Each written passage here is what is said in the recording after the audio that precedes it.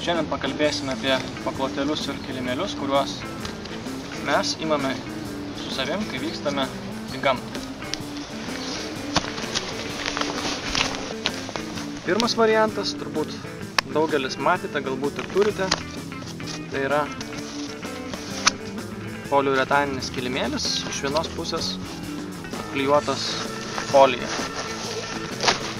Jis yra pakankamai neprastas, vienas iš didesnių jo privalumų, kad jisai kainuoja nebrangiai ir nedaug sveria. Ten šita pusė, kuri yra padengta folija, puikiai atspindi šilumą, tiek nuo kūno spindi atgal, tiek nepraleidžia šalčio nuo žemės. Aišku, ilgainiui šitas kilimėlis susispaudžia ir jo izoliacinės savybės prastėja, ypač kai yra šalta, tokio storio, jisai panašiai yra 7 mm storio, ne visada pakanka ir norisi kažkokio šiltesnio pagrindo. Todėl antras variantas, kurį aš imu, ypač kai yra šalta ar noriu patogiau išsimiegoti, yra Thermarest firmos savaime prisipučiantis kilimėlis. Užtenka atsukti vožtuvą, kilimėlį ištiesti ir per 5-10 minučių jis savaime prisipučia, nereikia vargti. Taigi palauksime keletą minučių, kol kilimėlis prisipūs. Na štai, praėjo keletas minučių. Ir mūsų kilimėlis beveik prisipūtė, užtenka keletą kartų dar pūstelti.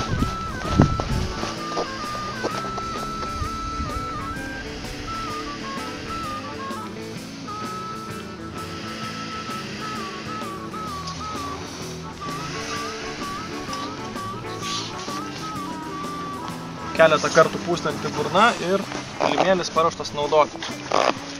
Jo veikimo principas yra toksai, kad viduj kilimėlio yra porėta medžiaga, kuri atsukus ventilį prisipildo oro ir kilimėlis pats savaime dėl to išsipučia.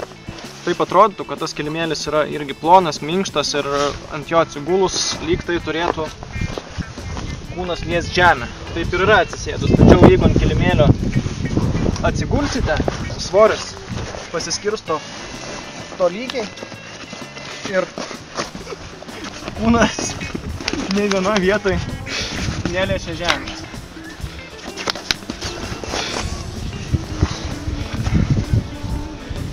Dar vienas privalumas, kad gamintojas šitam kilimėliui suteikia garantiją visam gyvenimui. Aišku, jeigu jūs jį pradursite, kur nors neatsargiai jį padėję ant kažkokių tai aštrių šakų, akmenų ar panašiai, tai teks patiems susiklijuoti, bet šiaip kilimėlio kokybė ir pagaminimas yra tikrai kokybiškas ir toks kilimėlis turi tarnauti ilgai. Kaip rekomenduoja gamintojas, šitos kilimėlius saugoti reikėtų pripūstus. Jeigu kilimėlis yra išleistas ir susuktas, tokiu atveju tos poros susispaudžia ir vėliau jis ne taip gerai ir ne taip greitai pats prisipučia. Taigi, apibendrinant, vienas variantas lengvesnis, pigesnis ir naudojamas daugiau, kai yra šilta. Tai yra paprastas poliuretaninis kilimėlis su folija. O antras variantas, kai galbūt važiuojate ilgesniam laikui, kai nereikia visų daiktų nešti, o vežate su mašina arba su dviračiu, būtent Thermarest firmos savaime prisipučiantis kilimėlis.